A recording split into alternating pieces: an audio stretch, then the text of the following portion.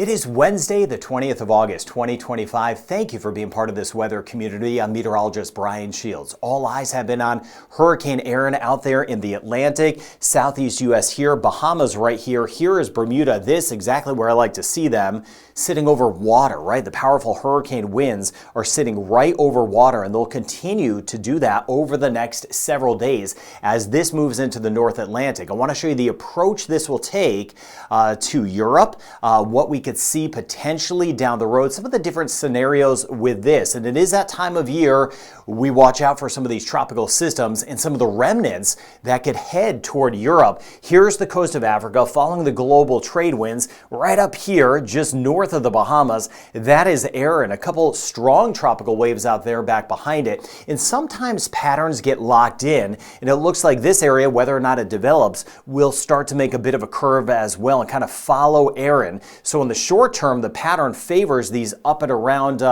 systems that could eventually move into the North Atlantic and eventually move closer to Europe. So here's what's going on. I want to give you the time frame and what I'm really seeing in the environment and what could happen with the leftovers, the remnants of Erin. Right now it's sitting here. Here's Bermuda, and this will lift up and miss the Atlantic region of Canada, right? Heaviest weather stays off toward the south and east of the Atlantic region of Canada, and then lifting its way Friday into Saturday into Sunday across parts of the North Atlantic. At that point, it is going to transition out of a tropical system and be more of a subtropical system. It gets caught up in the westerlies, that global trade wind pattern working its way across the North Atlantic. And you can see here's the Atlantic region of Canada, Greenland, Iceland. You get over toward Ireland just to orient you.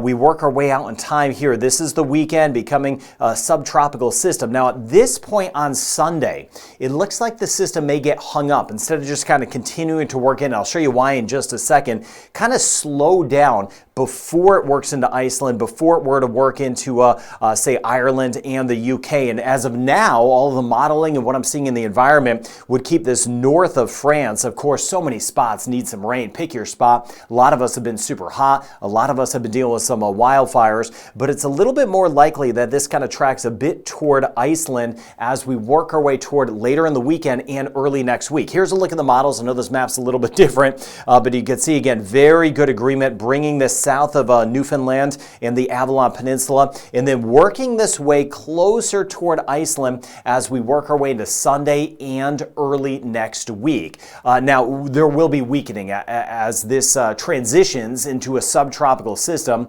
We do expect weakening. So, of course, it's running into northern cooler water. So these are those same lines going out in time. This is 1 day out in time, 2 days, 3 days out in time, the next day or two kind of holding its strength, and then as it enters into the cooler water, makes sense, it loses its kind of heat source, its energy source, and then we'll see some weakening with some tropical storm force winds down the road. So this, we never need a big wind maker moving in. It would bring some welcome rain, but as of now, it may get hung up. Let me show you this and then the wind fields on this. So here's the big picture. Of course, we've been monitoring some of the thunderstorms, but as we go out in time here, let me stop the clock right here. This is on Sunday. Here's the leftovers of Erin sitting right here, right? Now what's going to happen is to the north over by Greenland, there's another spin. So we have this here and then one to the north. Because they're close by, kind of get that effect where they kind of almost rotate around each other. So this one sitting up here may actually draw the remnants of Erin more to the north, right? So it's critical actually where this area is.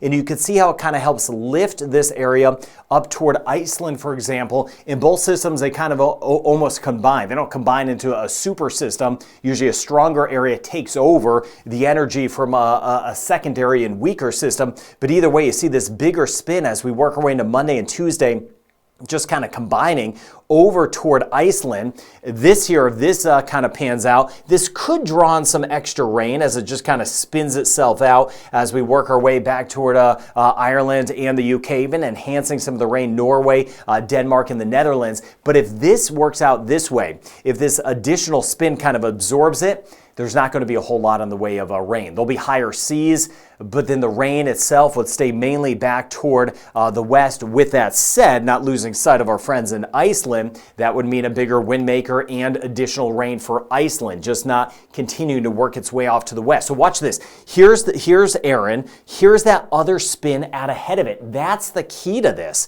So watching this secondary spin here, this one kind of lifts its way up toward Iceland, and you see here, this is by Sunday. There are the strong tropical storm force winds, which would be roughly around 70 miles per hour, or 110 kilometers an hour. Big wind maker, big wind field. Because of the spin up here, though, it's going to kind of draw it back to the north. There is still a chance, and that's what I'll monitor for you in upcoming videos, there's still a chance that this kind of shoots its way off toward the east, but it is a little bit less likely at this point. That other spin could help just draw it up toward Iceland, but with that said, Monday into Tuesday, if that happens, Greenland and Iceland, we'd be looking at some of the winds around 50 miles per hour, gusting to 80 kilometers an hour. That would bring us some of the gustier winds back toward Ireland and the UK, but the higher seas. But most of the energy, the winds, the rain, that would stay off to the west. So again, a slight chance it moves in. It is more likely that it lifts up to the north. And I showed you why. It's because of that secondary spin, that other spin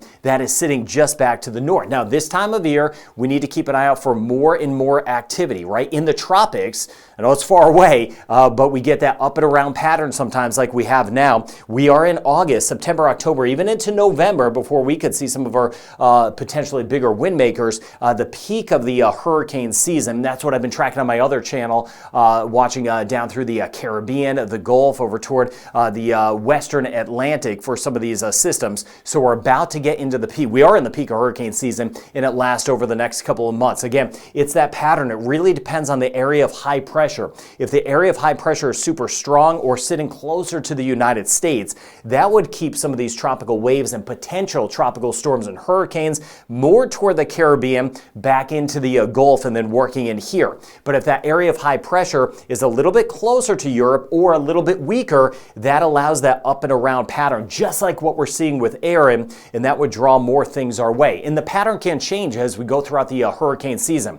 Right now, it's favoring the up and around pattern, but we'll see how it kind of shakes out as we go over the next couple months. We get about 2 to 5 landfalling remnants from hurricanes and tropical storms each season, each hurricane season. So this could be the first one if it kind of makes its way right up toward Iceland or back into other sections. But as of now, it looks like more of that northerly route. So this one is Erin, and I showed you those 2 additional tropical waves out there. If those strengthen and eventually get a name, the next name on the list is Ferdinand, then Gabrielle, Umberto, Imelda, Jerry, Karen, Lorenzo, as we work our way down the list. So we are tracking Hurricane Erin as of now, and then the remnants of it back into the North Atlantic. The track and strength still to be determined, and I was explaining some of those kind of variables, everything I'm watching as we go forward. It will be approaching early next week, but does it necessarily move in for some of us? It doesn't look that way. It may get absorbed by that second area of low pressure, that second storm system